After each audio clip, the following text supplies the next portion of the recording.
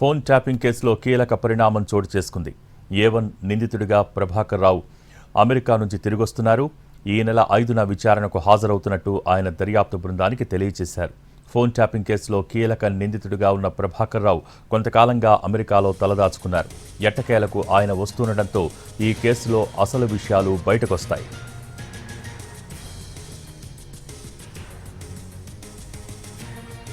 అంతకుముందు రాజకీయ శరణార్థిగా గుర్తించాలంటూ అమెరికాలో ప్రభాకర్ రావు పిటిషన్ వేశారు.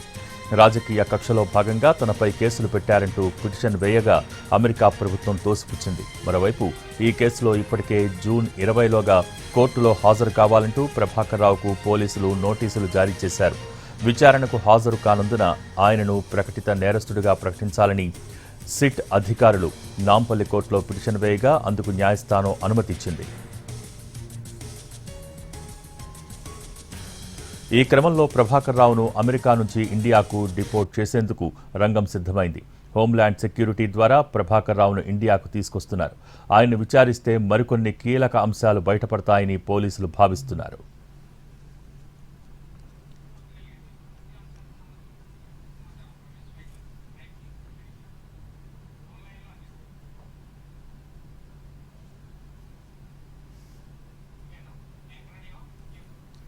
ఫోన్ ట్యాపింగ్ కేసులో కీలక పరిణామం చోటు చేసుకుంది. A1 నిందితుడిగా ఉన్న ప్రభాకర్ రావు అమెరికా నుంచి తిరిగొస్తున్నారు. ఈ నెల 5న విచారణకు హాజరవుతున్నట్టు ఆయన దర్యాప్తు బృందానికి తెలియజేశారు. దీనికి సంబంధించి more updates crime input editor Ramesh Vaitla telephone line ద్వారా అందిస్తారు. రమేష్, ఫోన్ ట్యాపింగ్ కేసులో అత్యంత కీలక పరిణామం చోటు చేసుకోబోతుంది. ఎందుకంటే ఈ కేసులో కీలక నిందితుడు, ప్రధాన నిందితుడు, సూత్రధారి అయిన SIB మాజీ చీఫ్ IPS అధికారి, రిటైర్డ్ IPS అధికారి ప్రభాకర్ రావు ఈ కేసులో ప్రధాన నిందితుడుగా ఉన్న ప్రభాకర్ రావు కేసు నడుచుకోగానే అతను అమెరికాకు వెళ్లిపోవడం జరిగింది.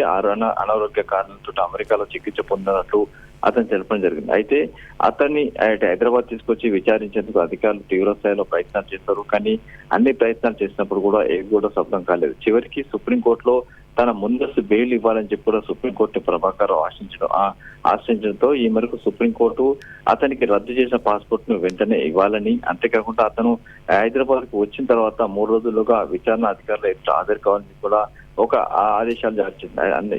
దీనిలో భాగంగా అతను ఒక అండర్టేకింగ్ ఇవ్వడం జరిగింది.